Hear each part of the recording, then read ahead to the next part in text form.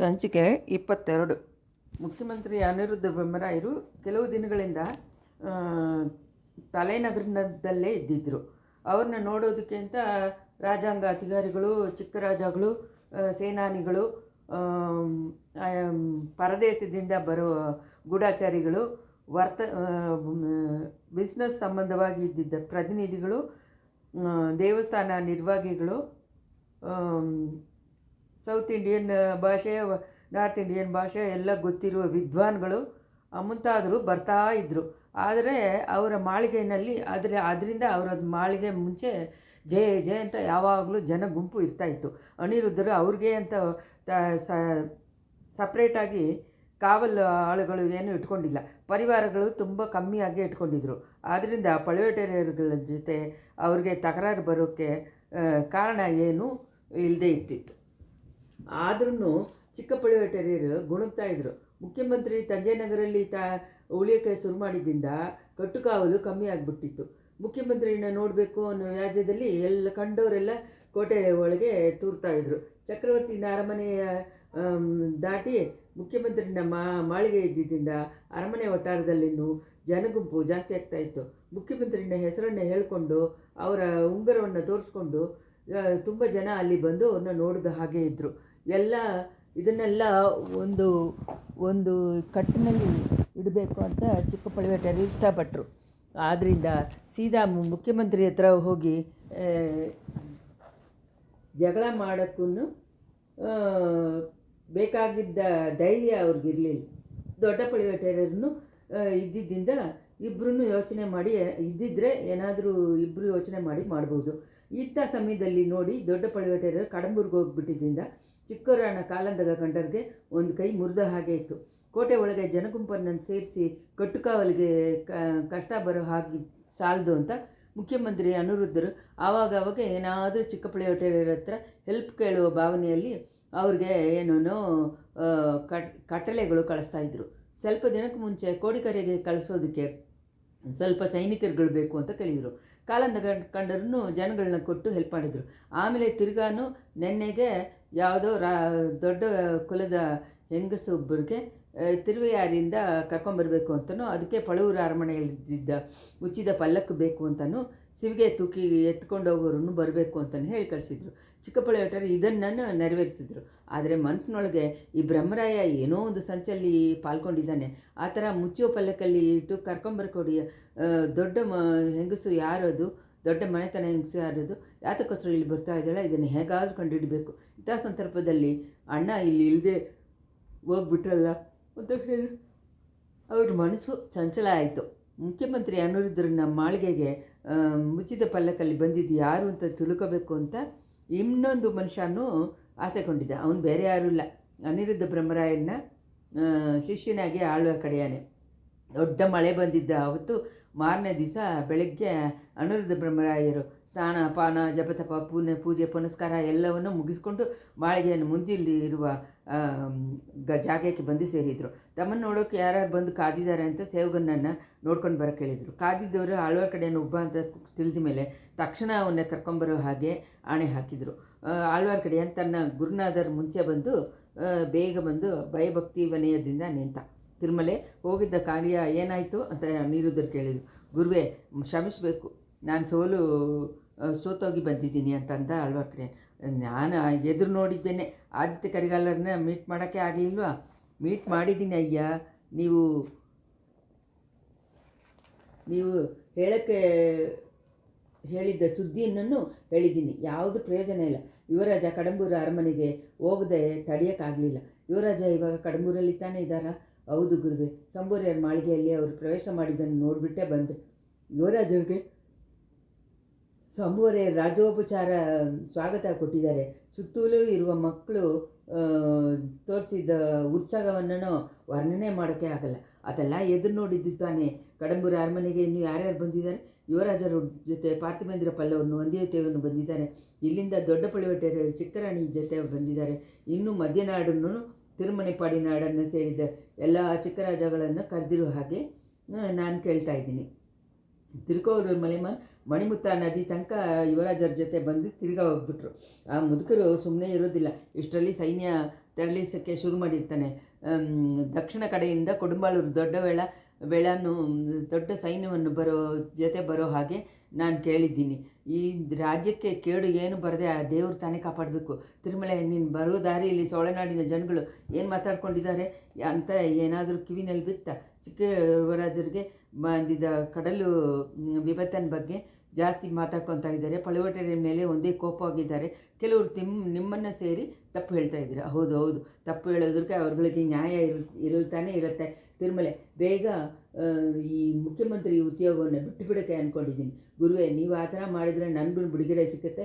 ಆಳ್ವಾರ್ಗಳನ್ನ ಪಾಸುರಗಳನ್ನು ನಾಡೆಲ್ಲ ಹಾಡಿಬಿಟ್ಟು ಯಾತ್ರೆ ಮಾಡಿ ಆನಂದವಾಗಿ ನನ್ನ ಟೈಮ್ ಪಾಸ್ ಮಾಡ್ತೀನಿ. ಯಾವಾಗ ಉದ್ಯೋಗವನ್ನು ಬಿಟ್ಟು ಬಿಡ್ತೀರಯ್ಯ? ರಾಜ್ಯಕ್ಕೆ ವಿಪತ್ತು ಬರದೆ ಸೇಫ್ಟಿ ಮಾಡೋಕ್ಕೆ ಕೊನೆಯಾಗಿ ಒಂದು ಟ್ರೈ ಮಾಡಿ ನೋಡ್ತೀನಿ. ಅದು ಮುಗಿದ ಮೇಲೆ ಬಿಟ್ಬಿಡ್ತೀನಿ. ಅದೇನು ಗುರುವೇ?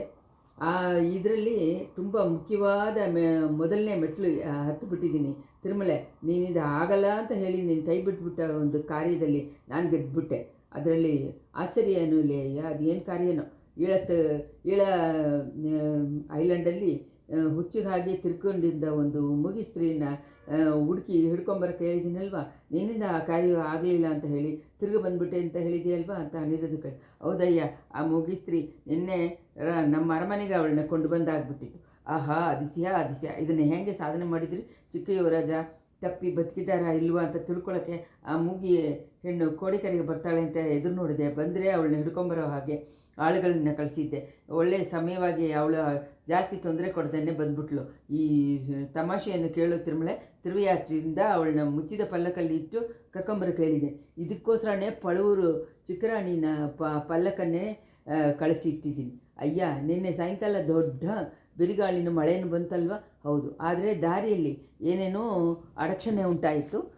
ನನಗೇನು ಕೂಡ ಸ್ವಲ್ಪ ವಿಚಾರವಾಗಿತ್ತು. ನೆನ್ನೆ ಮಧ್ಯರಾತ್ರಿ ಆದಮೇಲೆ ಪಲ್ಲಕ್ಕೆ ಬಂದ ಮೇಲೇ ನೆಮ್ಮದಿ ಆಯಿತು. ಓಹೋ, ಮಧ್ಯರಾತ್ರಿ ಆಗ್ಬಿಡ್ತಾ? ನೀವೂ ಅಷ್ಟೊತ್ತೂ ಎಚ್ಚರವಾಗಿದ್ದು ಸ್ವಾಗತ ಮಾಡಿದ್ರಾ? ಹೌದು, ಎಚ್ಚರವಾಗಿದ್ದೆ. ಆದರೆ ಸ್ವಾಗತ ಮಾಡೋಕ್ಕೆ ನಾನು ಹೋಗಲಿಲ್ಲ. ಮನೆಯಲ್ಲಿ ಹೆಣ್ಮಕ್ಕಳನ್ನು ಬಿಟ್ಟೇ ಸ್ವಾಗತ ಮಾಡೋಕ್ಕೆ ಹೇಳಿದೆ. ಹುಚ್ಚು ಹಿಡಿದವಳು ಆಯ್ತಲ್ಲ, ಏನೇನು ತಕರಾರು ಮಾಡ್ತಾಳೋ ಅಂತ ಹೇಳಿ ವಿಚಾರವಾಗಿತ್ತು. ಒಳ್ಳೆಯ ಸಮಯವಾಗಿ ಆ ಥರ ಏನೂ ನಡೆಯಲಿಲ್ಲ. ಚೆನ್ನಾಗಿ ನಿದ್ದೆ ಮಾಡಿಬಿಟ್ಟು ತಕ್ಷಣ ನಿದ್ದೆ ಮಾಡಿಬಿಟ್ಲು. ತಣ್ಣಾಗಿ ಊಟ ಮಾಡಿಬಿಟ್ಟು ತಕ್ಷಣ ನಿದ್ದೆ ಮಾಡಿಬಿಟ್ಲು. ತಿರುಮಲೆ, ನಿಜವನ್ನು ಹೇಳೋಕ್ಕೋದ್ರೆ ಇನ್ನೂ ಅವಳ ನೋಡೋ ವಿಷಯದಲ್ಲಿ ನನಗೆ ಸ್ವಲ್ಪ ಭಯವಾಗಿದೆ. ನೀ ಇಂಥ ಸಮಯ ಬಂದಿದ್ದು ಒಳ್ಳೆಯದಾಯಿತು. ಗುರುವೇ, ನಾನು ಆ ಹೆಣ್ಣು ಮಗಳನ್ನು ನೋಡೋಕ್ಕೆ ತುಂಬ ಇಂಟ್ರೆಸ್ಟಿಂದ ಇದ್ದೀನಿ. ಹಾಗಾದರೆ ಬಾ, ಆ ಅಂತಪುರಕ್ಕೆ ಹೋಗೋಣ. ನಿನ್ನನ್ನು ಮೊದಲೇ ಅವಳಿಗೆ ಗೊತ್ತು ಅಲ್ವಾ, ನೀನು ಚಿಕ್ಕ ಯುವರಾಜರಿಗೆ ಬೇಕಾದವನು ಅನ್ನೋದನ್ನು ಗೊತ್ತು. ಆದ್ದರಿಂದ ನಿನ್ನ ಹತ್ರ ಸ್ವಲ್ಪ ಸುಮುಖವಾಗಿ ಇರ್ಬೋದು. ಗುರುವನ್ನು ಚೀಡನ್ನು ಮಾಳಿಗೆಯನ್ನು ಹಿಂಬಾಗಲಿಗೆ ಹೋದರು. ದಾದಿಮಾರ್ಗಳ ಹತ್ರ ನಿನ್ನೆ ರಾತ್ರಿ ಬಂದಿದ್ದ ಹೆಂಗಸನ್ನು ಕರ್ಕೊಂಬಿಡೋ ಹಾಗೆ ಅನಿರುದ್ಧ ಬ್ರಹ್ಮರಾಯರು ಆಜ್ಞೆ ಮಾಡಿದರು. ದಾದಿಮಾರ್ಗಳು ಆ ಸ್ತ್ರೀಯನ್ನು ಕರ್ಕೊಂಬಂದು ನಿಲ್ಲಿಸಿದರು. ಅನಿರುದ್ಧರು ಅವಳನ್ನು ನೋಡಿಬಿಟ್ಟು ತುಂಬ ಶಾಕಾಗಿ ನಿಂತರು. ಆಳ್ವಾರ್ ಕಡೆಯ ಮುಖದಲ್ಲಿ ಒಂದು ನಗು ಬಂತಿತ್ತು. ಇಷ್ಟರಲ್ಲಿ 22ನೇ ಸಂಚಿಕೆ 23. ಅನಿರುದ್ಧರು ಸ್ವಲ್ಪ ಹೊತ್ತು ಪೂಂಗುಳಿಯನ್ನು ಶಾರ್ಪಾಗಿ ನೋಡ್ತಾ ಇದ್ಬಿಟ್ಟು ಅವಳನ್ನು ಕೊಂಡು ಬಂದ ದಾದಿಮಾರ್ಗಳನ್ನು ಮಾತ್ರ ಕರೆದ್ರು. ಅವ್ರಗಳ ಹತ್ರ ಸಣ್ಣವಾದ ಧ್ವನಿಯಲ್ಲಿ ಏನೋ ಕೇಳಿದರು. ಅವ್ರುಗಳು ಅವ್ರುಗಳು ಆನ್ಸರ್ ಹೇಳೋಕ್ಕೆ ಹೇಳಿದ ಮೇಲೆ ಆ ಕೋಣೆಯನ್ನು ಬಿಟ್ಟು ಆ ಕಡೆ ಹೋಗೋಕ್ಕೆ ಮಾಡಿದರು. ಆಳ್ವಾರ್ ಕಡೆಯನ್ನು ನೋಡಿ, ತಿರುಮಲೆ, ಏನೋ ತಪ್ಪು ನಡೆದಿರೋ ಹಾಗೆ ಅನಿಸತ್ತೆ ಅಂತ ಅಂದರು. ಹೌದಯ್ಯ, ನನಗೂ ಹಾಗೇನೆ ಅನಿಸತ್ತೆ ಅಂತ ಅಂದನು ಶಿಷ್ಯ. ಇವಳು ಚಿಕ್ಕ ಹುಡುಗಿ, ಸುಮಾರು 20 ಪ್ರಯಾಣ ಇರ್ಬೋದು, ಅಷ್ಟು ಕೂಡ ಇರಲ್ಲ. ನಾನು ಎದುರು ನೋಡಿದ್ದ ಆ ಮಾದರಿಸಿಗೆ ಪ್ರಾಯ 40 ಇರಬೇಕು, ಅದಕ್ಕೆ ಮೇಲೇ ಇರ್ಬೋದು. ಹೌದು, ನೀನು ಲಂಕೆ ಐಲ್ಯಾಂಡಲ್ಲಿ ಮಂದಾಕಿನಿ ದೇವಿಯನ್ನು ನೋಡಿದ್ದೀಯಲ್ವಾ? ಹೌದಯ್ಯ, ನೋಡಿ ನಿಮ್ಮ ಹೇಳಿಕೆ ಹಾಗೆ ಇಲ್ಲಿ ಕರ್ಕೊಂಬರೋಕ್ಕೆ ಟ್ರೈ ಮಾಡಿದ್ದೀನಿ, ಆಗಲಿಲ್ಲ. ಈ ಹೆಣ್ಣು ಮಂದಾಕಿನಿ ದೇವಿಯನ್ನು ಅಲ್ಲವೇ? ಇಲ್ಲ ಗುರುದೇವರೇ, ನಿಶ್ಚಯವಾಗಿ ಆ ಅಮ್ಮ ಇಲ್ಲ. ಹಾಗಾದರೆ ಇವಳು ಯಾರಾಗಿರ್ಬೋದು? ಹೇಗೆ ಈಗ ಬಂದು ಸೇರಿದ್ಲು? ಇವಳನ್ನೇ ಕೇಳಿಬಿಟ್ರೆ ಆಯಿತು ಅಂತ ಹೇಳಿದ ಆಳ್ವಾರ್ ಕಡೆ. ಮೂಗಿ ಹತ್ರ ಕೇಳಿ ಏನು ಪ್ರಯೋಜನ ಗುರುದೇವ್ರೆ? ಇವಳು ಮೂಗಿತಾನೆ ಅನ್ನೋದು, ಅದನ್ನು ತಾನೇ ದಾದಿಮಾರ್ಗಳ ಹತ್ರ ಕೇಳಿದೆ.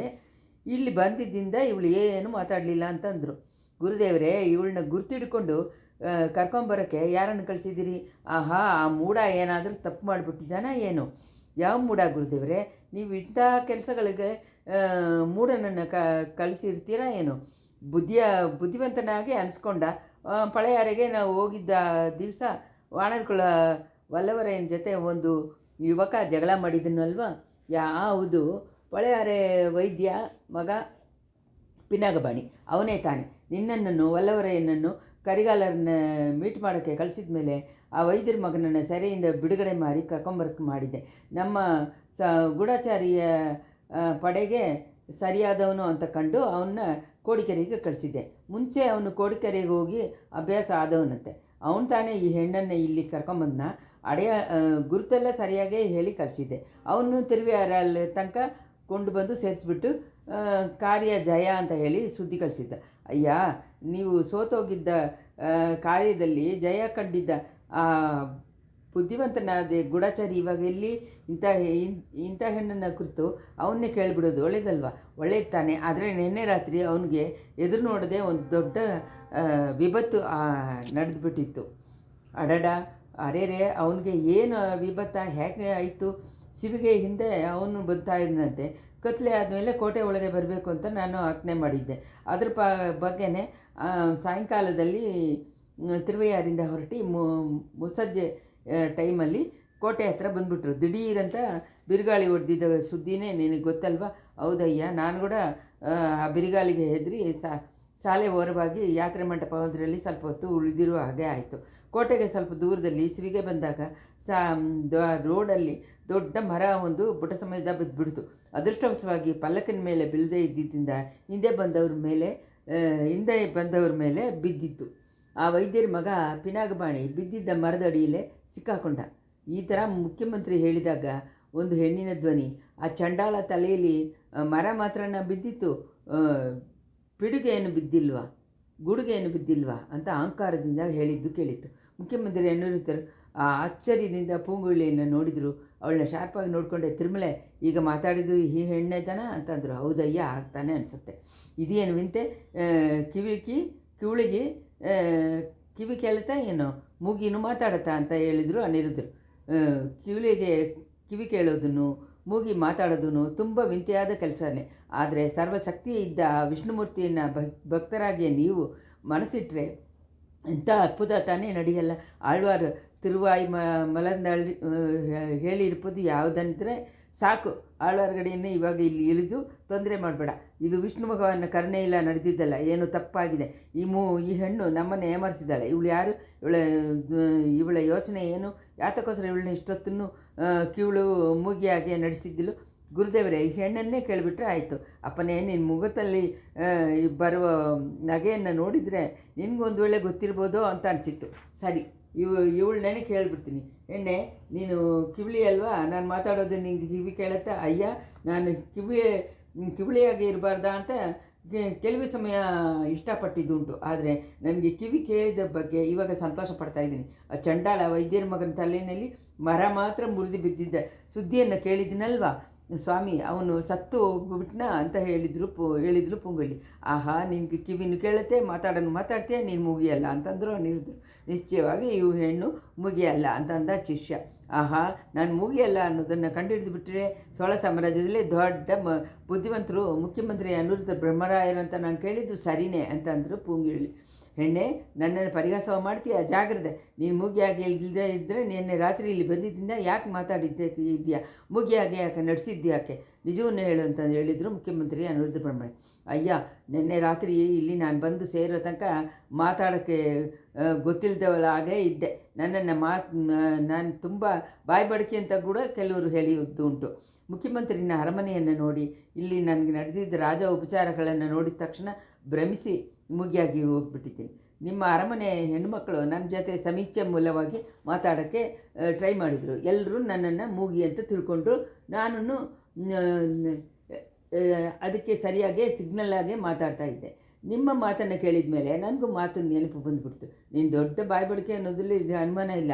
ಇನ್ನೇನು ಹೇಗೆ ತಾನೇ ಆ ವೈದ್ಯರ ಮಗ ಹಿಡ್ಕೊಂಡು ಬಂದು ಅಂತ ಅನ್ನೋದನ್ನು ನೆನ್ಕೊಂಡ್ರೆ ಆಶ್ಚರ್ಯವಾಗಿದೆ. ಅವನು ಮುಟ್ಟಾಳಾಗಿದ್ರೂ ಸಾಮರ್ಥ್ಯಶಾಲಿನೇ. ಸ್ವಾಮಿ, ಆ ಪಾಪಿ ಮಗ ನನ್ನನ್ನು ಹಿಡ್ಕೊಂಡು ಬಂದಿಲ್ಲ. ಅದಕ್ಕೆ ಪ್ರಯತ್ನ ಪಟ್ಟಿದ್ರೆ ಇಷ್ಟೊತ್ತಿಗೆ ಅವನು ಯಮಲೋಕಕ್ಕೆ ನಿಶ್ಚಯವಾಗಿ ಯಾತ್ರೆ ಮಾಡಿಕೊಂಡಿರ್ತಾನೆ ಅಂತ ಹೇಳಿ ಪೂಂಗುಳ್ಳಿ ತನ್ನ ಸೊಂಟದಲ್ಲಿ ಸಿಕ್ಕಿಸಿದ ಕತ್ತಿಯನ್ನು ಎತ್ತಿ ತೋರಿಸಿದ್ಲು. ಎಣ್ಣೆ ನಿನಗೆ ಪುಣ್ಯ ಆಗಿಬಿಡುತ್ತೆ, ಆ ಕತ್ತಿಯನ್ನು ನಿನ್ನೆ ಸೊಂಟದಲ್ಲೇ ಸಿಕ್ಕಿಸ್ಕೊ, ಅವನ ಮೇಲೆ ಯಾಕೆ ನಿನಗಿಷ್ಟು ಕೋಪ, ಅವನು ತಾನೇ ನಿನ್ನ ಹಿಡ್ಕೊಂಬರಲಿಲ್ಲ ಅಂತ ಅಂದಿಯಲ್ಲ. ನನ್ನನ್ನು ಅವನು ಹಿಡ್ಕೊಂಬಂದಿಲ್ಲ, ಆದರೆ ನನ್ನನ್ನು ಅವನ ಆಳುಗಳು ಆ ಹಡಗಿನಲ್ಲಿ ಸೇರಿಸಿ ಕಟ್ಟಾಕಿಬಿಟ್ರು, ನನ್ನ ಅತ್ತಿಗೆಯನ್ನು ಮರದಲ್ಲಿ ಸೇರಿಸಿ ಕಟ್ಟಿಬಿಟ್ರು. ಇಷ್ಟಕ್ಕೂ ಆ ಚಂಡಾಲ ವೈದ್ಯರ ಮಗ ತನಗೆ ಇದರಲ್ಲಿ ಏನು ಸಂಬಂಧ ಇಲ್ವಾ ಅಂತ ಹೇಳಿ ನನ್ನ ಹತ್ರ ಹೇಳ್ದ. ಅಷ್ಟು ತನಕ ಅವನು ಬುದ್ಧಿವಂತಾನೆ, ನಾನು ಹೇಳಿದಾಗೇ ಅವನು ನಡ್ಕೊಂಡಿದ್ದಾನೆ. ಅಯ್ಯ ಮುಖ್ಯಮಂತ್ರಿಯೇ, ಆ ದೂರ್ತನನ್ನು ಕಳಿಸಿದ್ದು ನೀವೇ ತಾನೆ? ಬಾಯಿ ಮಾತಾಡದೇ ಇದ್ದರೆ ನಮ್ಮ ಅತ್ತೆಯನ್ನು ಹಿಡ್ಕೊಂಬರೋಕ್ಕೆ ಬರೋಕ್ಕೆ ಕಟಲೆ ಮಾಡಿದ್ದು ನೀವೇ ತಾನೆ? ನಿನ್ನ ಅತ್ತೆನ, ಕರೆಯರ ಮಗಳ ಮಂದಾಗಿನಿ ನಿನ್ನ ಅತ್ತೆನ? ಹಾಗಾದರೆ ನೀನು ಕಲಂಗರೆ ಲೈಟ್ ಹೌಸು ಕಾವಲರು ತ್ಯಾಗವಟಂಗರಿಗೆ ನೀನೇನಾಗಬೇಕು ಅಂತ ಅನಿರುದ್ಧರು ಕೇಳಿದ್ರು. ಅಯ್ಯ ಅವರ ಮಗಳು ನಾನೇನೆ. ಆಹಾ, ತ್ಯಾಗವಟಂಗರಿಗೆ ಇಷ್ಟೊಂದು ಮಾತಾಡೋ ಒಂದು ಮಗಳು ಇದ್ದಾಳೆ ಅನ್ನೋದು ನನಗೆ ಇಷ್ಟು ತನಕ ಗೊತ್ತಾಗದೆ ಹೋಯಿತು. ಇದನ್ನು ಹೊರಗಡೆ ಹೇಳಬೇಡ ಅಯ್ಯ. ಯಾಕೆ ಎಣ್ಣೆ? ಸೋಳ ಸಾಮ್ರಾಜ್ಯದ ಮುಖ್ಯಮಂತ್ರಿಗೆ ಬ್ರಹ್ಮರಾಯರಿಗೆ ಗೊತ್ತಿಲ್ಲದೆ ಇರೋ ವಿಷಯ ಯಾವುದಿಲ್ಲ ಅಂತ ನಾಡೆಲ್ಲ ಪ್ರಸಿದ್ಧವಾಗಿದೆ. ನಿಮ್ಗಳಿಗೆ ಒಂದು ಗೊತ್ತಿಲ್ಲ ಅಂತ ಆಗಿಬಿಟ್ರೆ ಜನಗಳ ಹತ್ರ ನಿಮಗಿರುವ ಮರ್ಯಾದೆಗೆ ಭಂಗ ಬಂದುಬಿಡಲ್ವ ಅಂತ. ಎಣ್ಣೆ, ನನ್ನ ಮರ್ಯಾದೆ ಬಗ್ಗೆ ನನಗೂ ಏನು ವಿಚಾರ ಇಲ್ಲ. ನನಗೆ ಗೊತ್ತಿರದ ಇರುವ ಇನ್ನೊಂದು ಸುದ್ದಿಯನ್ನು ಮಾತ್ರ ಹೇಳಿಬಿಡು. ನಿನ್ನ ಅತ್ತೆಯನ್ನು ಹಿಡ್ಕೊಂಡು ಬಂದರು ಅಂತಂದಿಯಲ್ಲ, ಅವಳಿಗಾಗಿ ಎಲ್ಲಿ ನಾನು ಕಳಿಸಿದ ಪಲ್ಲಕ್ಕಲ್ಲಿ ನೀನು ಹೇಗೆ ಹತ್ತಿಸ್ಕೊಂಡೆ, ಯಾವ ಜಾಗದಲ್ಲಿ ಹತ್ತಿಸ್ಕೊಂಡೆ ಅಂತ ಅನಿರುದ್ಧರು ಕೇಳಿದರು. ಅಯ್ಯ, ಬಾಯಿ ಮಾತಾಡದೇ ಇರುವ ಮೂಗಿಯಾಗೆ ನನ್ನ ಅತ್ತೆಯನ್ನು ನೀವು ಯಾತಕ್ಕೋಸ್ಕರ ಹಿಡ್ಕೊಂಬಂದು ಬರೋಕ್ಕೆ ಆಳುಗಳನ್ನು ಕಳಿಸಿದ್ರೆ ಮಗಳೇ, ಅದನ್ನು ನಿನ್ನ ಹತ್ರ ಹೇಳೋದಕ್ಕಿಲ್ಲ, ಅದು ದೊಡ್ಡ ರಾಜ್ಯಾಂಗ ಸಂಬಂಧವಾದ ವಿಷಯ. ಹಾಗಾದರೆ ನಾನು ಕೇಳಿದ ಕ್ವಶನ್ಗೆ ನೀವು ಕೇಳಿದ ಕ್ವಶನ್ಗೆ ನಾನು ಆನ್ಸರ್ ಹೇಳೋದಿಲ್ಲ. ಹೇಳೋ ಹಾಗೆ ಮಾಡೋದಕ್ಕೆ ದಾರಿಗಳಿದೆ. ನನ್ನ ಹತ್ರ ಏನು ಫಲಿತ ಆಗಲ್ಲ. ಎಣ್ಣೆ, ನಿನ್ನನ್ನು ಪಾದಾಳ ಸೆರೆಗೆ ಕಳಿಸ್ಬಿಡ್ತೀನಿ. ಯಾವ ಪಾದಾಳ ಸೆರೆಯಲ್ಲೂ ನನ್ನನ್ನು ಇಡೋಕ್ಕಾಗಲ್ಲ. ಪಾದಾಳ ಸೆರೆಗೆ ಒಂದು ಸತಿ ಹೋದವರು ತಿರ್ಗಾ ಬಂದದೇ ಇಲ್ಲ. ತಿರ್ಗಾ ಬಂದ ಒಬ್ಬನನ್ನು ನನಗೆ ಗೊತ್ತಯ್ಯ. ನೆನ್ನೆ ಕೂಡ ಸೇಂದನಮ್ಮನ ಜೊತೆ ಮಾತಾಡಿಕೊಂಡು ತಾನೇ ಪ್ರಯಾಣ ಮಾಡಿದೆ. ಅವನು ಯಾರು? ಸೇಂದನಮ್ಮನ ನನ್ನ ಇನ್ನೊಂದು ಅತ್ತಯ್ಯನ ಮಗ. ಅವನು ನಾನು ಆಗಿ ಕೋಡುಕರೆಯಿಂದ ಬರ್ತಾ ಇದ್ವಿ. ಯಾತಕ್ಕೋಸ್ಕರ ಮಗಳೇ? ಈ ತಂಜಾವೂರಿಲ್ಲಿದ್ದ ಮಾಳಿಗೆಗಳು ಕೂಡ ಗೋಪುರಗಳನ್ನು ನೋಡಬೇಕು ಅಂತ ತುಂಬ ಕಾಲವಾಗಿ ಆಸೆ ಉಂಟು. ಚಕ್ರವರ್ತಿ ಸುಂದರ ಸೋಳನ್ನು ದರ್ಶನ ಮಾಡಬೇಕು ಅಂತ ಆಸೆಕೊಂಡಿದ್ದೆ. ಚಕ್ರವರ್ತಿಗೆ ಮೈ ಹುಷಾರಿಲ್ಲ ಅಂತ ಹೇಳಿದ್ರಲ್ಲ, ಇವಾಗ ಹೇಗಿದೆ? ಅಯ್ಯ, ನಾನು ನೋಡ್ಬೋದಾ? ಹಾಗೇ ತಾನೇ ಇದೆಯಾ ಮಗಳೇ, ಅಭಿವೃದ್ಧಿ ಏನು ಇಂಪ್ರೂವ್ಮೆಂಟ್ ಇಲ್ಲ. ಆದ್ದರಿಂದ ಚಕ್ರವರ್ತಿಯನ್ನು ದರ್ಶನ ಮಾಡೋ ಯೋಚನೆಯನ್ನು ಮರೆತು ಬಿಡು. ಅದೇಗೆ ಸಾಧ್ಯ ಅಯ್ಯ? ಚಕ್ರವರ್ತಿಯನ್ನು ನಾನು ನೋಡಿಯೇ ಆಗಬೇಕು. ನೋಡಿ ಅವರ ಧರ್ಮರಾಜ್ಯದಲ್ಲಿ ಹೆಣ್ಣುಮಕ್ಕಳನ್ನು ಬಲವಂತವಾಗಿ ಹಿಡ್ಕೊಂಡು ಬರೋ ಅಕ್ರಮ ನಡೆಯುವ ಸುದ್ದಿಯನ್ನು ಹೇಳಬೇಕು. ಎಣ್ಣೆ, ನಿನ್ನ ಜೊತೆ ಬರೀ ವಿವಾದ ಮಾಡ್ಕೊಂಡಿದ್ದಕ್ಕೆ ನನಗೆ ಟೈಮ್ ಇಲ್ಲ. ನಿನ್ನನ್ನು ಬಲವಂತವಾಗಿ ಹಿಡ್ಕೊಂಡು ಬರೋ ಹಾಗೆ ನಾನು ಆಜ್ಞೆ ಮಾಡಿಲ್ಲ. ನಾನು ಕಳಿಸಿದ್ದ ಪಲ್ಲಕ್ಕಲ್ಲಿ ನೀನು ಹೇಗೆ ಹತ್ತಿಸ್ಕೊಂಡೆ ಅದನ್ನು ಹೇಳು. ನಿನ್ನನ್ನು ಯಾರಾದರೂ ಬಲವಂತವಾಗಿ ಹಿಡಿದು ಪಲ್ಲಕ್ಕಲ್ಲಿ ಹತ್ತಿಸಿದ್ರಾ? ಇಲ್ಲ ಸ್ವಾಮಿ, ಅದು ಮಾತ್ರ ಇಲ್ಲ. ತಂಜೆ ಕೋಟೆಗೆ ಹತ್ರ ಬರೋ ಸಮಯದಲ್ಲಿ ಈ ಪಲ್ಲಕ್ಕು ಖಾಲಿಯಾಗೇ ಇತ್ತು. ಮಳೆ ಆಗಿದೆಯಲ್ಲ ಅಂತ ನಾನಾಗ ತಾನೇ ಪಲ್ಲಕ್ಕಲ್ಲಿ ಹತ್ತಿಸಿ ಕೂತ್ಕೊಂಡೆ.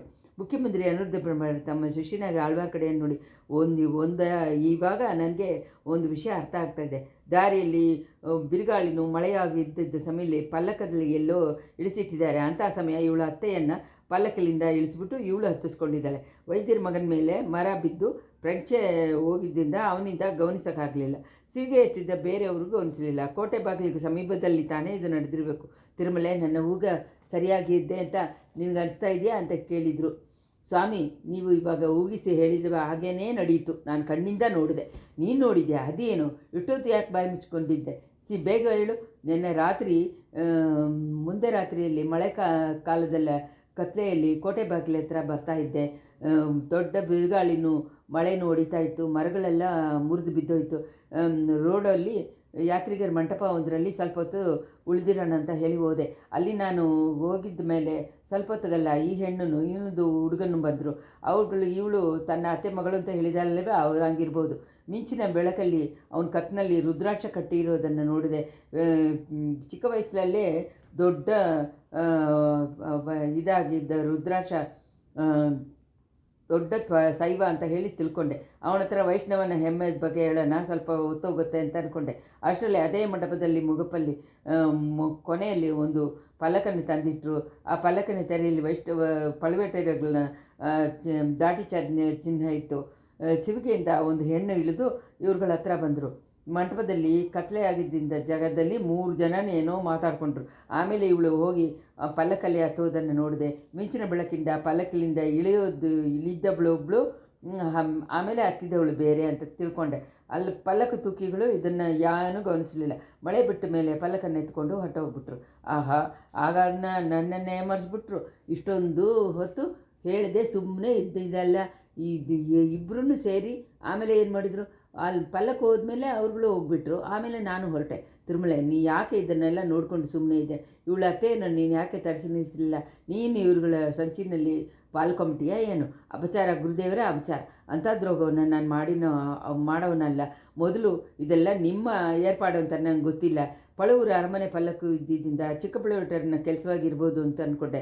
ಆಮೇಲೆ ಮಂದಾಕಿನಿ ದೇವಿಯನ್ನು ನನ್ನಿಂದ ತರಿಸಿ ನಿಲ್ಸೋಕ್ಕಾಗತ್ತಾ? ಬೇಕಾದರೆ ಬಿರುಗಾಳಿಯನ್ನು ಬೇಕಾದರೆ ಆಣೆ ಹಾಕಿ ನಿಲ್ಲಿಸ್ಬಿಡ್ಬೋದು, ಆದರೆ ಈ ಮಾದರ್ಸಿನ ನಿಲ್ಸೋಕ್ಕಾಗತ್ತಾ? ಲಂಕೆಯಲ್ಲೇ ಟ್ರೈ ಮಾಡಿ ಸೋತೋದನ್ನಲ್ವ. ಆಮೇಲೆ ಆ ಅಮ್ಮಳಿಗೆ ನನ್ನ ಚೆನ್ನಾಗಿ ಗುರ್ತು ಸಿಗತ್ತೆ. ನೋಡಿದ ತಕ್ಷಣ ಹೆದರ್ಕೊಂಡು ಓಡೋಗ್ಬಿಡ್ತಾರೆ. ಆಮೇಲೆ ಯಾರಿಂದ ಅವರು ಹಿಡಿಯೋಕ್ಕಾಗಲ್ಲ. ಅದನ್ನು ನೆನೆಸ್ಕೊಂಡ್ರೆ ವೈದ್ಯರ ಮಗನ ತುಂಬ ಬುದ್ಧಿವಂತ ಅಂತಾನೆ ಅನಿಸುತ್ತೆ. ಇಷ್ಟು ದೂರ ಕರ್ಕೊಂಬಂದ್ಬಿಟ್ನಲ್ವ ಗುರುದೇವರೇ, ಈ ವಿಷಯದಲ್ಲಿ ನಿಮ್ಮ ಊಹೆ ಸರಿಯಿಲ್ಲ ಅಂತ ಅನಿಸುತ್ತೆ. ಮಂದಾಕಿನಿ ದೇವಿ ತಾವೇ ಇಷ್ಟಪಟ್ಟಿಗೆ ಬಂದಿರಬೇಕು. ತಂದೆ ತಾ ಬಂದಿದ್ದ ತಕ್ಷಣ ಅವ್ರ ಮನಸ್ಸು ಬದಲಾಗಿರಬೇಕು. ಇರ್ಬೋದು. ಆದ್ರೂ ಇಷ್ಟರಲ್ಲಿ ತುಂಬ ದೂರ ಕರೆಯರ ಮಗಳೇ ಹೋಗಿರೋಕ್ಕಾಗಲ್ಲ. ರಾತ್ರಿ ಎಲ್ಲ ಗಾಳಿ ಮಳೆ ಆಗಿತ್ತಲ್ಲ, ಸಮಯದಲ್ಲಿ ಎಲ್ಲಾದರೂ ತಾನೇ ಇರಬೇಕು. ತಿರುಮಲೆ, ಹೇಗಾದ್ರೂ ಅವಳನ್ನ ಹಿಡ್ಕೊಂಡು ಬಂದುಬಿಡ್ಬೇಕು. ಒಂದು ವೇಳೆ ಈ ಹೆಣ್ಣಿಗೆ ಅವಳು ಉಳಿಯೋ ಜಾಗ ಗೊತ್ತಿರ್ಬೋದು. ಮಗಳೇ, ನಿನ್ನ ಹೆಸರೇನು ಅಂತ ಕೇಳಿದರು. ಪೂಂಗುಳಿ ಅಯ್ಯ. ಆಹಾ, ಎಷ್ಟು ಅಂದವಾದ ಹೆಸರು! ನಿನ್ನ ಹೆಸರು ಇಡೋದ್ರಲ್ಲಿ ಕೂಡ ತ್ಯಾಗಟಂಗರನ ಸಾಮರ್ಥ್ಯಕ್ಕೆ ಜೊತೆನೇ ಇಲ್ಲ. ಪೂಂಗುಳಿ, ನಿಮ್ಮ ಅತ್ತೆ ಎಲ್ಲಿ ಉಳಿದಿರ್ತಾಳೆ ಅಂತ ನಿನಗೆ ಗೊತ್ತಿದ್ದರೆ ಹೇಳು, ಅವ್ರಿಗೇನು ಕೆಡುಕು ಬರಲ್ಲ. ಪೂಂಗುಳಿ ಸ್ವಲ್ಪ ಯೋಚನೆ ಮಾಡಿಬಿಟ್ಟು, ಸ್ವಾಮಿ, ನಮ್ಮ ಅತ್ತೆ ಇವಾಗ ಇರೋ ಜಾಗ ನನಗೆ ಗೊತ್ತು. ಅವಳನ್ನ ಯಾತಕ್ಕೋಸ್ಕರ ನೀವು ಹಿಡ್ಕೊಂಬರಕ್ಕೆ ಹೇಳಿದ್ರಿ ಅಂತ ಹೇಳಿದರೆ ನಾನು ಅವಳು ಇರೋ ಜಾಗನೇ ಹೇಳ್ತೀನಿ. ಪೂಂಗುಳಿ, ಅದು ದೊಡ್ಡ ರಾಜಾಂಗ ವಿಷಯ, ಅರಮನೆಯ ಬಗ್ಗೆ ವಿಷಯ. ನಿನ್ನ ಹತ್ರ ಹೇಳೋಕ್ಕಾಗಲ್ಲ, ನಾನು ಹೇಳೋಕ್ಕಾಗಲ್ಲ. ಈ ಹೆಣ್ಣು ಜೊತೆ ಮಾತಾಡಿ ಸಾಧ್ಯವಿಲ್ಲ. ಅಯ್ಯ, ಒಂದು ನಿಬಂಧನೆಯನ್ನು ನೀವು ನೆರವೇರಿಸೋದಾಗಿದ್ದರೆ, ಆಹಾ, ನನಗೆ ಈ ಹೆಣ್ಣು ಆರ್ಡರ್ ಮಾಡ್ತಾಳ. ಅದೇನು, ನನ್ನ ಅತ್ತೆಯನ್ನು ತಂಜಾವೂರು ಸಿಂಹಾಸನದಲ್ಲಿ ಹತ್ತಿಸಿಟ್ಟು ಮಣಮಗುಡ ಹಾಕೋದಾಗಿದ್ದರೆ ಅವಳನ್ನ ನಾನು ಕರ್ಕೊಂಬರ್ತೀನಿ. ತಿರುಮಲೆ, ಈ ಹೆಣ್ಣಿಗೆ ನಿಶ್ಚಯವಾಗಿ ಹುಚ್ಚಿ ಹಿಡಿದುಬಿಟ್ಟಿದೆ. ಅದನ್ನು ಇವಾಗ ತಾನೇ ಕಂಡಿದ್ದೀರಿ ಗುರುದೇವರೇ. ಇವಳು ಏನು ಕೇಳೋದು ಬೇಡ. ಇವಳ ಅತ್ತೆ ಇರೋ ಜಾಗ ನನಗೆ ಗೊತ್ತು. ಇವಳ ಅತ್ತೆ ಮಗ ಸೇಂದನಮುದ ಕೋಟೆಗೆ ಸ್ವಲ್ಪ ದೂರದಲ್ಲಿ ಹೂದೋಟದಲ್ಲಿ ಇದ್ದಾನೆ. ಅವನ ತಾಯಿನೂ ತಳಿಕುಳತಾರ್ ದೇವಸ್ಥಾನಕ್ಕೆ ಪುಷ್ಪ ಕೈಂಕರ್ಯ ಮಾಡ್ತಾ ಇದ್ದಾರೆ. ಅಲ್ಲೇ ತಾನೇ ನೀವು ಹುಡುಗಿ ಹೆಣ್ಣು ಮಗಳು ಇರಬೇಕು. ನನ್ನ ಜೊತೆ ಕೆಲವು ಆಳುಗಳನ್ನ ಕಳಿಸಿದ್ರೆ ಕರ್ಕೊಂಬರ್ತೀನಿ ಅಂತ ಹೇಳಿದ ಆಳ್ವಾರ ಕಡೆ. ಪೂಂಗುಳಿ ತಿರುಮಲೆಯನ್ನು ಬೆಂಕಿ ಥರ ಉರಿಯೋ ಕಣ್ಣಿಂದ ನೋಡಿಬಿಟ್ಟು, ಆಗ ಏನಾದರೂ ಮಾಡಿದರೆ ನಾನು ಇವಾಗಲೇ ಚಕ್ರವರ್ತಿ ಅರಮನೆ ಮುಂದೆ ಹೋಗಿ ಆಣೆ ಮಾಡ್ತೀನಿ, ಮೊರೆ ಇಡ್ತೀನಿ. ನೀವು ಮಾಡುವ ಅಕ್ರಮ ಊರೆಲ್ಲ ಗೊತ್ತಾಗೋ ಥರ ಮಾಡಿಬಿಡ್ತೀನಿ ಅಂತಂದ್ಲು. ತಿರುಮಲೆ, ಇವಳನ್ನ ಪಾದಾಳ ಸರಿಗೆ ಕಳಿಸ್ಬೇಕಾಗಿದ್ದೆ, ಬೇರೆ ದಾರಿ ಇಲ್ಲ ಅಂತಂದರು. ಅನ್ನೋದು ಮಾಡಿ ನನ್ನ ಹತ್ರ ಯಾರಾದರೂ ಬಂದರೆ ಕೊಂದಾಕ್ಬಿಡ್ತೀನಿ ಅಂತ ಹೇಳಿಬಿಟ್ಟು ಪುಂಗುಲಿ ಸೊಂಟದಲ್ಲಿ ಸಿಕ್ಸಿರೋ ಕತ್ತಿಯನ್ನು ಎತ್ತಿ ತೋರಿಸಿದ್ಲು. ಅಯ್ಯ, ಈ ಹೆಣ್ಣನ್ನು ಪಾದಾಳ ಸರಿಗೆ ಕಳಿಸ್ಬೇಕಾಗಿಲ್ಲ, ಅದಕ್ಕೆ ಬದಲಾಗಿ ಪರಾಟಿ ಕುಂದವಿ ದೇವಿ ಮಾಳಿಗೆಗೆ ಕಳಿಸಿರ್ಬೋದು. ಪರಾಟಿ ಇವಾಗ ಇಲ್ಲಿ ತಾನೇ ಇದ್ದಾರೆ. ಅವರು ಈ ಹೆಣ್ಣಿನ ಹುಚ್ಚನ್ನು ಹೋಗಿಸ್ಬಿಡ್ತಾರೆ. ಪರಾಟಿಗೂ ಈ ಹೆಣ್ಣಿಂದ ಆಗಬೇಕಾದ ಕೆಲಸ ಏನಾದರೂ ಇರ್ಬೋದು ಅಂತಂದ ಆಳ್ವಾರ ಕಡೆ. ಯಾತಕ್ಕೋಸ್ಕರ ಹೇಳ್ತೇವೆ, ಪರಾಟಿಗೆ ಈ ಹೆಣ್ಣಿನ ಮೂಲವಾಗಿ ಏನು ಕಾರ್ಯ ಆಗಬೇಕಾಗಿದೆ ಗುರುದೇವರೇ? ನಿಮಗೆ ಗೊತ್ತಿಲ್ವಾ, ನಿನ್ನೆ ಸಾಯಂಕಾಲ ಇಲ್ಲಿ ಹೊಡೆದಿದ್ದ ಬಿರುಗಾಳಿ ಸೋಳೆನಾಡು ಕಡಕಡೆಯ ಹೊರವಾಗಿ ಹತ ಮಾಡಿಬಿಟ್ಟಿತ್ತೆ ಅಂತೆ. ನಿಮ್ಮ ಅರಮನೆ ಬಾಗಿಲಲ್ಲಿ 4 ಕಡೆಯಿಂದ ಬಂದು ಗೂಢಾಚಾರಿಗಳು ಬಂದು ಕಾಯ್ತಾ ಇದ್ದಾರೆ. ಹೌದು, ಅವ್ರನ್ನ ನಾನು ಇವಾಗ ನೋಡಬೇಕು. ಅಷ್ಟರಲ್ಲಿ ಈ ಹೆಣ್ಣು ಹತ್ರ ಮಾತು ಕೊಟ್ಟಿದ್ದರಿಂದ ನನಗೆ ತುಂಬ ಟೈಮು ವೇಸ್ಟ್ ಆಗಿಬಿಡ್ತು. ಇವಳು ನಿಜವಾಗಲೇ ಮೂಗಿಯಾಗಿ ಹುಟ್ಟಿದರೆ ಎಷ್ಟೋ ಚೆನ್ನಾಗಿರತ್ತೆ ಅಂತ ಅಂದರು. ಕೇಳಿದ್ದು ಯಾಕೆ, ನಿಮಗೆ ಏನು ಅಂದ್ಕೊಂಡ್ರೆ ಅದನ್ನು ಹಿಂಸೆ ಮಾಡ್ಬೋದು ಅಲ್ವಾ ಅಂತ ಹೇಳಿ ಗೊಣಗಿದ್ಲು ಪುಂಗುಳಿ. ನಾಗಪಟ್ಟಣಕ್ಕೆ ದೊಡ್ಡ ಆಪತ್ತು ಬಂದಿದ್ದ ಹಾಗೆ ಕೇಳಿದ್ದೀನಿ. ಕಾಡಲೆಲ್ಲ ಹುಕ್ಕಿ ಬಂದು ನಗರನ್ನೇ ಮುಳುಗಿಸಿಬಿಟ್ಟಿದೆ ಅಂತ ಹೇಳ್ತಾ ಇದ್ದಾರೆ. ಈ ಮಾತುಗಳನ್ನ ಕೇಳಿ ಮುಖ್ಯಮಂತ್ರಿ ಅನಿರುದ್ಧರು ಪೂಂಗುಳಿ ಇಬ್ಬರನ್ನೇ ಶಾಕ್ ಆದರು. ಅದ್ರ ಬಗ್ಗೆ ನಿಮ್ಮ ಹತ್ರ ವಿಚಾರಣೆ ಮಾಡೋದಕ್ಕೆ ಪರಾಟಿನೇ ಒಂದು ವೇಳೆ ಇಲ್ಲಿ ಬರ್ಬೋದು ಅಂತ ಮುಗಿಸಿದ್ದ ಆಳ್ವಾರ್ ಕಣೆ. ಅವ್ನು ಹೇಳಿ ಬಾಯಿ ಮುಚ್ಚಿ ಹೊಚ್ಚೋ ಒಳಗೆ ಅರಮನೆ ಬಾಗಿಲಲ್ಲಿ ದೊಡ್ಡ ಘೋಷ ಧ್ವನಿಗಳು ಕೇಳಿತ್ತು. ತಿರುಮಲೆ, ನೀನು ಯಾವಾಗ ನಿನಗೆ ಜ್ಞಾನದೃಷ್ಟಿ ಉಂಟಾಯಿತು? ಲೇಪ್ರಾಟಿದ್ದಾನೆ ಬರ್ತಾರೆ ಅನಿಸುತ್ತೆ ಅಂತ ಹೇಳಿಕೊಂಡು ಅನಿರುದ್ಧರು ಎದ್ದು ಬಾಗಿಲಲ್ಲಿ ನೋಡಿ ನಡೆದರು. ಅಷ್ಟರಲ್ಲಿ ಅದೇ ಸಮಯ ಬಾಗಿಲಿಯಿಂದ ಕುಂದವಿ ದೇವಿಯನ್ನು ವಾನತಿಯನ್ನು ಒಳಗೆ ಪ್ರವೇಶ ಮಾಡಿದರು. ಪೂಂಗುಳಿ ಅಲ್ಲಿ ನಿಂತುಕೊಂಡಿರೋದನ್ನು ನೋಡಿದ ತಕ್ಷಣ ಲೇಪ್ರಾಟಿನ ಮುಖದಲ್ಲಿ ಕುಡಿಕೊಂಡಿದ್ದ ವಿಚಾರ ಮರೆಯಾಗ್ಬಿಟ್ಟು ಆಶ್ಚರ್ಯ ಅನ್ನೋ ಸಂತೋಷವನ್ನು ಒಂದೇ ಸತಿ ಉಂಟಾಯಿತು. ಇಷ್ಟರಲ್ಲಿ 23ನೇ ಸಂಚಿಕೆ 24. ಯುವರಾಣಿಗಳನ್ನು ಉಪಚಾರ ಮಾಡಿ ಸ್ವಾಗತ ಮಾಡಿ ಪೀಠಗಳಲ್ಲಿ ಕೂತಿರೋ ಹಾಗೆ ಮಾಡಿದ ಮೇಲೆ ಅನಿರುದ್ಧರು ತಾಮೂನು ಕೂತ್ಕೊಂಡ್ರು. ದೇವಿ, ನನ್ನನ್ನು ನೋಡಬೇಕು ಅಂತ ಹೇಳಿ ಕಳಿಸಿದರೆ ನಾನೇ ಬಂದಿರಲ್ವಾ? ಇಷ್ಟು ಅರ್ಜೆಂಟಾಗಿ ಬಂದಿದ್ದ ಕಾರಣ ಏನು? ಚಕ್ರವರ್ತಿ ಸೌಖ್ಯವಾಗಿದ್ದಾರಲ್ವಾ ಅಂತ ಕೇಳಿದರು. ಚಕ್ರವರ್ತಿನ ದೇಹ ಸುಖ ಯಾವಾಗಲೂ ಥರ ಇದೆ ಅಯ್ಯ, ಆದರೆ ಮನಸ್ಸು ತಾನೇ ಸ್ವಲ್ಪನೂ ಸರಿಯಾಗಿಲ್ಲ. ನಿನ್ನೆ ರಾತ್ರಿ ಹೊಡೆದಿದ್ದ ಬಿರುಗಾಳಿಯಿಂದ ತಂದೆಯ ಮನಸ್ಸನ್ನು ತುಂಬ ಡಿಸ್ಟರ್ಬ್ ಮಾಡಿದೆ. ರಾತ್ರಿಯೆಲ್ಲ ಅವ್ರು ನಿದ್ದೆ ಮಾಡಿಲ್ಲ. ಗುಡಿಸೆಗಳಲ್ಲಿ ಬಾಳುವ ಬಡ ಜನ ಮಕ್ಕಳು ಎಷ್ಟೊಂದು ಕಷ್ಟಪಟ್ಟಿರ್ತಾರೆ ಅಂತ ಹೇಳ್ತಾನೇ ಇದ್ದರು. ಬೆಳಗಾದ ಮೇಲೆ ನಿಮ್ಮನ್ನು ಹೋಗಿ ನೋಡೋಕೆ ಹೇಳಿದರು. ಬಿರುಗಾಳಿಯಿಂದ ಕಷ್ಟ ನಷ್ಟ ಪಟ್ಟಿದ್ದವ್ರಿಗೆ ಎಲ್ಲ ತಕ್ಷಣ ಹೆಲ್ಪ್ ಮಾಡಬೇಕು, ಅದಕ್ಕೆ ಏರ್ಪಾಡು ಮಾಡಬೇಕಂತೆ.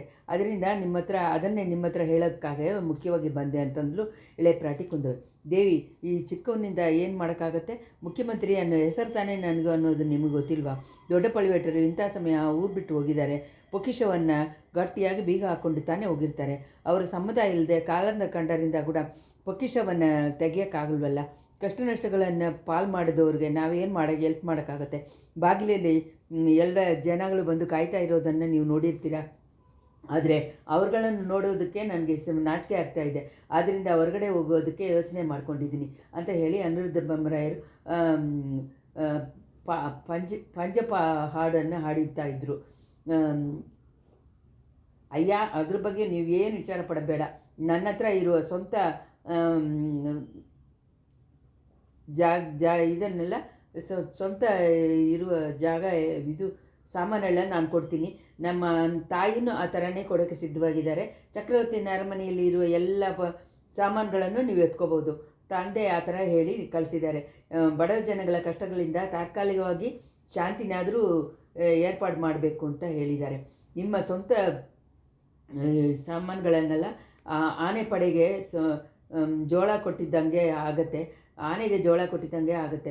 ಚೋಳನಾಡು ಎಲ್ಲ ನಿನ್ನೆ ಬಿರುಗಾಳಿ ಹೊಡೆದಿದೆ. ಎಲ್ಲೆಲ್ಲಿ ಏನೇನು ಆಗಿದೆ ಅಂತ ಇನ್ನೂ ಸುದ್ದಿಗಳೇ ಸಿಕ್ಕಲಿಲ್ಲ. ಇದೋ ನಿಂತಿದ್ದಾನಲ್ಲ ನನ್ನ ಪರಮಾನಂದ ಚೀಡ, ಇವನು ಶಿಷ್ಯ, ಇವನು ದೊಡ್ಡ ಭಯಂಕರವಾದ ಸುದ್ದಿಯನ್ನು ಹೇಳ್ತಾ ಇದ್ದಾನೆ. ಕಡಲು ಹುಕ್ಕಿ ಬಂದು ಕೋಡಿಕೆರೆ ಪೂರ್ತಿ ಇರುವ ನಾಗಪಟ್ಟಣ ತನಕ ಕಡಲೋರ ಇರುವ ಊರುಗಳನ್ನೆಲ್ಲ ಮುಳುಗಡಿಸ್ಬಿಟ್ಟಿತ್ತಂತೆ. ಇಂಥ ಮಾತನ್ನು ಕೇಳಿದ ತಕ್ಷಣ ಅಲ್ಲಿಂದ 3 ಹೆಣ್ಮಕ್ಳ ಮುಖಗಳಲ್ಲೂ ಭೀತಿಕರವಾದ ಚೇಂಜ್ ಬಂದಿದ್ದನ್ನು ಅನಿರುದ್ಧರು ನೋಡಿದರು. ತಕ್ಷಣ ಅವರು ಸಮಾಧಾನವಾಗಿ ಹೇಳಿದರು. ಆದರೆ ಅದನ್ನು ನಾನು ನಂಬಲಿಲ್ಲ. ಇವನು ಹೇಳೋದು ಬರೀ ವದಂತಿನೇ. ಬಿರುಗಾಳಿಗಿಂತ ವೇಗವಾಗಿ ವದಂತಿ ಬಂದುಬಿಟ್ಟಿದೆ. ಕಡಕರೆಯಿಂದ ಸುದ್ದಿ ಬರೋದಕ್ಕೆ ಇನ್ನೂ ಸ್ವಲ್ಪ ಹೊತ್ತಾಗಿಲ್ಲ. ಕುದುರೆ ಮೇಲೆ ಬಂದಿದ್ದ ಗೂಢಚಾರಿಗಳು ಬಂದರೂ ಇವತ್ತು ಮಧ್ಯಾಹ್ನದ ಮೇಲೆ ತಾನೇ ಇಲ್ಲಿ ಬಂದು ಸೇರೋಕ್ಕಾಗುತ್ತೆ. ಇಷ್ಟರ ಮಧ್ಯೆಯಲ್ಲಿ ನಮ್ಮಿಂದ ಮಾಡೋಕ್ಕಾಗದೇ ಇರುವ ಹೆಲ್ಪೆಲ್ಲ ಮಾಡೋದಕ್ಕೆ ಏರ್ಪಾಡು ಮಾಡ್ಬೋದು. ಲೇಪ್ರಾಟಿ ಕುಂದವಿ ತನ್ನ ಮನಸ್ಸಲ್ಲಿರುವ ಸಂಚಲವನ್ನು ಸ್ವಲ್ಪ ಸಮಾಳಿಸಿಕೊಂಡು, ಅಯ್ಯ, ನಾಗಪಟ್ಟಣ ಬಂದಿದ್ದ ಬಗ್ಗೆ ವದಂತಿ ನನ್ನ ಕಿವಿನಲ್ಲಿ ಬಿದ್ದಿತ್ತು. ಅದರ ಬಗ್ಗೆ ನಿಮ್ಮ ಹತ್ರ ಮಾತಾಡೋಣ ಅಂತ ಹೇಳಿ ಬಂದೆ. ಇವಾಗ ತಾನೇ ಚೂಡಾಮಣಿ ವ್ಯವಹಾರಕ್ಕೆ ನಾವು ಹೆಲ್ಪ್ ಮಾಡ್ತಾ ಇದ್ದೀವಲ್ವ. ವಿಕಾರದಲ್ಲಿ ವಿಪತ್ತು ಬಂದರೆ ಪಾಪ ಅದರಲ್ಲಿ ಇರೋ ಭಿಕ್ಷುಗಳು ಏನು ಮಾಡ್ತಾರೆ ಅಂತ ಹೇಳಿಬಿಟ್ಟು ಪೂಂಗುಳಿ ನಿಂತಿದ್ದ ಜಾಗವನ್ನು ನೋಡಿದ್ಲು. ಅಯ್ಯ, ಈ ಹೆಣ್ಣು ಇಲ್ಲಿ ಏಕೆ ಬಂದಳು? ಕೋಡಿಕೆರೆಯಿಂದ ತ್ಯಾಗವಟಂಗರ ಮಗಳ ಪೂಂಗುಳಿ ತಾನೇ ಇವಳು ಅಂತ ಹೇಳಿ ಕೇಳಿದ್ಲು. ಹೌದು, ತ್ಯಾಗವಟಂಗರ ಕುಮಾರಿ ತಾನೆ. ಆದರೆ ಅವ್ರ ಥರ ಸಾಧು ಅಲ್ಲ. ತುಂಬ ಜೋರಾದ ಹುಡುಗಿ. ತನಗೆ ಸಂಬಂಧವೇ ಇಲ್ಲದ ಕೆಲಸದಲ್ಲೆಲ್ಲ ತಲೆ ಹಾಕಿ ತೊಂದರೆ ಮಾಡ್ತಾಳೆ ಅಂತ ಹೇಳಿದರು ಮುಖ್ಯಮಂತ್ರಿ. ಲೇಪ್ರಾಟಿಗೆ ಬೇರೆ ಒಂದು ಅನುಮಾನ ಬಂದಿತ್ತು. ಅರಮನೆ ಬಗ್ಗೆ ತಿಳ್ಕೊಳ್ಳೋಕ್ಕಾಗಿ ಪೂಂಗುಳಿನೆಲ್ಲ ಅನಿರುದ್ಧರು ತರಿಸಿರ್ತಾರೋ. ತಂತ್ರವಿದ್ಯೆಗಳಲ್ಲೆಲ್ಲ ತುಂಬ ಸಾಮರ್ಥ್ಯವಾದವರಲ್ವ.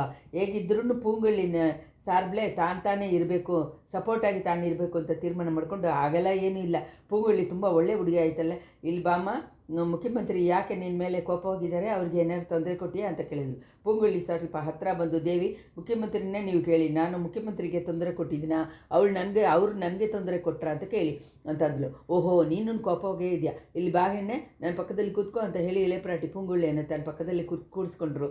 ಅಯ್ಯ, ಈ ಹೆಣ್ಣನ್ನು ಯಾತಕ್ಕೋಸ್ಕರ ತರಿಸಿದ್ದೀರಾ, ಏನಾದರೂ ಮುಖ್ಯ ಕೆಲಸವ ಅಂತ ಕೇಳಿದ್ರು. ಅಮ್ಮಣಿ, ನಾನು ಈ ಹೆಣ್ಣನ್ನು ತರಿಸಲಿಲ್ಲ, ಈ ಥರ ಒಂದು ಜೋರಾಗಿ ಇದ್ದಿದ್ದ ಹುಡುಗಿ ಇದ್ದಾಳೆ ಅನ್ನೋ ಸುದ್ದಿನೇ ನನಗೆ ಗೊತ್ತಿಲ್ಲ, ಇವಳಾಗತ್ತಾನೆ ಅಂತ ಹೇಳಿ ಅನಿರುದ್ಧರು ಯೋಚನೆ ಮಾಡಿದರು.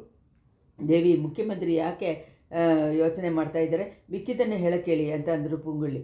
ಇವಳಾಗುತ್ತಾನೆ, ಇವಳ ಅತ್ತೆಯನ್ನು ಹುಡ್ಕೊಂಡು ಇಲ್ಲಿ ಬಂದು. ಯಾರು ಇವಳತ್ತೆ?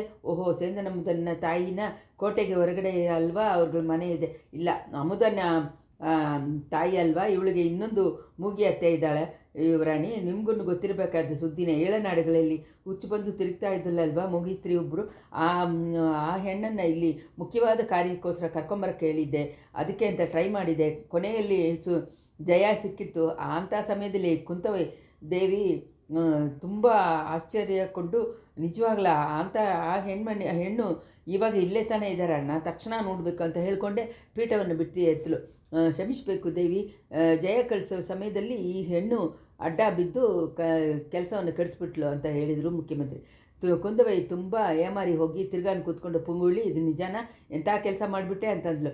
ದೇವಿ, ನಮ್ಮ ಅತ್ತೆಯನ್ನು ಕರ್ಕೊಂಬರಕ್ಕೆ ಮುಖ್ಯಮಂತ್ರಿ ಟ್ರೈ ಮಾಡಿದ್ದ ದಾರಿಯನ್ನು ಕೇಳಿ, ಆವಾಗ ನನ್ನ ಹೆಸರಲ್ಲಿ ನೀವು ತಪ್ಪು ಹೇಳಲ್ಲ ಅಂತಂದ್ರು ಪುಂಗುಳಿ. ಆಮೇಲೆ ಮುಖ್ಯಮಂತ್ರಿ ನಡೆದದನ್ನು ಶಾರ್ಟಾಗಿ ಹೇಳಿದರು. ಕೇಳಿದ್ದ ಇಳೆಪ್ರಾಟಿ, ಹಾಗಾದರೆ ಈ ಕೋಟೆ ಪಕ್ಕದಲ್ಲಿ ತಾನೇ ಎಲ್ಲಾದರೂ ಇರಬೇಕು, ಹುಡುಕಿ ನೋಡ್ಬೋದಲ್ವ ಅಂತಂದು. ಒಳ್ಳೆಯ ಸಮಯವಾಗಿ ಹುಡುಕಿ ನೆಡಬೇಕಾದ ಅವಶ್ಯಕತೆ ಇಲ್ಲ, ಸೇಂದನಮ್ಮದನ್ನು ಗುಡಿಸಿನಲ್ಲಿ ಇವತ್ತು ಬೆಳಗ್ಗೆ ನೋಡಿದ ಹಾಗೆ ನನ್ನ ಶಿಷ್ಯ ಹೇಳ್ತಾ ಇದ್ದಾನೆ ಅಂತ ಅಂದರು ಮುಖ್ಯಮಂತ್ರಿ. ಹಾಗಾದರೆ ಯಾಕೆ ಸುಮ್ಮನೆ ಕಾಲ ತಾಮ್ದ, ಬೇರೆ ಕೆಲಸವೆಲ್ಲ ಆಮೇಲೆ ನೋಡ್ಕೊಳ್ಳೋಣ, ನಾವೇ ಹೋಗಿ ಕರ್ಕೊಂಬರೋಣ, ನಾವು ಬರೋದಕ್ಕಿಲ್ಲ ಅಂದರೆ ನಾನೇ ಹೋಗಿ ಬರ್ಬಿಡ್ತೀನಿ, ನೀವು ಬರೋಕ್ಕಾಗಿಲ್ಲ ಅಂದರೆ ನಾನೇ ಹೋಗಿ ಬಂದುಬಿಡ್ತೀನಿ, ವಾಣತಿ ಹೊರಡು ಹೋಗೋಣ ಅಂತಂದರು. ಬಾಳ ಕಡೆಯನ್ನು ಅವಾಗ ಅಡ್ಡ ಮಾಡಿ, ದೇವಿ ಸ್ವಲ್ಪ ಯೋಚನೆ ಮಾಡಬೇಕು, ಹೊಸ ಮನುಷ್ಯರು ಗುಂಪಾಗಿ ಹೋಗೋದನ್ನು ನೋಡಿದರೆ ಆಯಮ್ಮ ಭಯಪಟ್ಟು ಓಡೋಕ್ಕೆ ಶುರು ಮಾಡ್ಬೋದು, ಆಮೇಲೆ ಬಿರುಗಾಳಿಯನ್ನು ಹಿಡಿದ್ರೂ ಆಯಮ್ಮನ ಹಿಡಿಯೋಕ್ಕಾಗಲ್ಲ ಅಂತ ಹೇಳಿದ್ರು. ಹೌದು ತಿರುಮಲೆ ಹೇಳೋದು ಸರಿಯೇ, ನಮ್ಮನ್ನು ನೋಡಿದ ತಕ್ಷಣ ಪುಂಗುಳಿನ ತಿರ್ಗಾನು ಓಡ್ಬಿಡ್ಬೋದು, ನಮ್ಮ ಪ್ರಯತ್ನವೆಲ್ಲ ವೇಸ್ಟ್ ಆಗಿಬಿಡುತ್ತೆ, ನೀನು ಏನು ಯೋಚನೆ ಹೇಳ್ತೀಯ ತಿರುಮಲೆ ಅಂತ ಕೇಳಿದರು ಮುಖ್ಯಮಂತ್ರಿ. ಈ ಹೆಣ್ಣು ಹತ್ರನೇ ಹೋಗಿ ಕರ್ಕೊಂಬರೋಕೆ ಹಾಗೆ ಹೇಳಿ, ಈ ಲೋಕದಲ್ಲಿ ಆ ಹೆಣ್ಣನ್ನು ಕಟ್ಟಲ್ಲಿ ಇಡಬೇಕಾಗಿದ್ದವರು ಇಬ್ಬರು, ಅವ್ರಲ್ಲಿ ಒಬ್ಬರು ಈ ಹುಡುಗಿ, ಇನ್ನೊಬ್ಬರು ಯಾರು ಅಂತ ಮುಖ್ಯಮಂತ್ರಿ ಕೇಳಿದ್ದಕ್ಕೆ ಆಳ್ವಾರ್ ಕಡೆ ಒಂದು ಸ್ವಲ್ಪ ಯೋಚನೆ ಮಾಡಿಬಿಟ್ಟು, ಇನ್ನೊಬ್ಬರು ಕಡಲಲ್ಲಿ ಮುಳುಗಿಬಿಟ್ಟಿದೆ, ಹಾಗೆ ಊರೆಲ್ಲ ವದಂತಿ ಆಗಿಬಿಟ್ಟಿದೆ ಅಂತ ಸುದ್ದಿ ಆಗಿಬಿಟ್ಟಿದೆ ಅಂತ ಹೇಳಿದ. ಕುಂದವೇ ದೇವಿ ಅದನ್ನು ಗಮನಿಸದ ಹಾಗೆ ಗಮನಿಸಿಬಿಟ್ಟು ಪುಂಗುಳಿಯನ್ನು ನೋಡಿ, ಕರೆಯರ್ ಮಗಳೇ, ತಕ್ಷಣ ಹೋಗಿ ನಿಮ್ಮ ಅತ್ತೆಯನ್ನು ಇಲ್ಲಿ ಕರ್ಕೊಂಬ, ಇಲ್ಲಿ ಅವಳಿಗೆ ಏನು ಕಡುಕೋ ಆಗಲ್ಲ, ತುಂಬ ಮುಖ್ಯವಾದ ಕೆಲಸವಾಗಿ ನಿಮ್ಮ ಅತ್ತೆಯನ್ನು ನಾನು ತಕ್ಷಣ ನೋಡಬೇಕಾಗಿದ್ದೆ, ನನಗೆ ಅಂತ ಈ ಹೆಲ್ಪ್ ಮಾಡ್ತೀಯಲ್ವಾ ಅಂತ ಕೇಳಿದರು. ಆಗಲಿ ಅಮ್ಮ, ಟ್ರೈ ಮಾಡಿ ನೋಡ್ತೀನಿ, ಆದ್ರೂ ಮುಖ್ಯಮಂತ್ರಿ ಇಂಥ ಉಪಾಯವನ್ನು ಹಿಡಿಯಬೇಕಾಗಿಲ್ಲ, ಮುಂಚೆನೇ ನನಗೆ ಗೊತ್ತಿದ್ದರೆ ಹೌದು, ವಿಷಯಗಳನ್ನು ಮರೆಸಿ ಇಡೋದಲ್ಲಿ ಈ ಥರ ಅಸಂದರ್ಭಗಳು ಬಂದ್ಬಿಡುತ್ತಾನೆ ಆಗತ್ತೆ, ಅದನ್ನು ನಾನು ಅಂದ್ಕೊಂಡು ಈಗ ವಿಚಾರ ಪಡ್ತಾಯಿದ್ದೀನಿ, ಬೇಗ ನಿಮ್ಮ ಅತ್ತೆಯನ್ನು ಕರ್ಕೊಂಬ, ಅದಾದಮೇಲೆ ಇನ್ನೊಂದು ಮುಖ್ಯವಾದ ಕೆಲಸ ನಿನಗಿದೆ ಅಂತ ಹೇಳಿದರು ಇಳೆಪ್ರಾಟಿ. ತಿರುಮಲೆ, ನೀನು ಈ ಹೆಣ್ಣಿನ ಜೊತೆ ಹೋಗ್ಬಿಟ್ಟು ಬಾ, ಕೋಟೆ ಬಾಗಿಲಿಂದ ನೀವು ಬರೋದರಲ್ಲಿ ಏನಾದ್ರು ಶ್ರಮ ಇದ್ದರೆ ನಮ್ಮ ಅರಮನೆಗೆ ಬರುವ ರಹಸ್ಯ ದಾರಿಯಿಂದ ಕರ್ಕೊಂಬ ಅಂತಂದರು ಅನಿರುದ್ಧರು. ಪೂಂಗುಳಿನ ಆಳ್ವಾರ್ ಕಡೆಯನ್ನು ಹೋದ್ಮೇಲೆ ಕುಂದವೈ ಮುಖ್ಯಮಂತ್ರಿ ನೋಡಿ, ಅಯ್ಯ ಬಾಗಿಲಲ್ಲಿ ಬಂದು ಕಾಯ್ತಾ ಇರೋರಿಗೆ ಕೇಳಬೇಕಾದನ್ನು ಹೇಳಿ ಕಳಿಸ್ಬಿಟ್ಟು ಬನ್ನಿ, ತುಂಬ ಮುಖ್ಯವಾದ ಕೆಲಸಗಳ ಬಗ್ಗೆ ನಿಮ್ಮ ಹತ್ರ ಆಲೋಚನೆ ಕೇಳಬೇಕಾಗಿದೆ ಅಂದಳು. ತಕ್ಷಣ ಬಂದುಬಿಡ್ತೀನಿ ತಾಯೇ, ನನಗೂ ನಿಮ್ಮ ಹತ್ರ ಮಾತಾಡಬೇಕಾಗಿದ್ದು ತುಂಬ ಇದೆ ಅಂತ ಹೇಳ್ಬಿಟ್ಟು ಅನಿರುದ್ಧರು ಹೋದರು.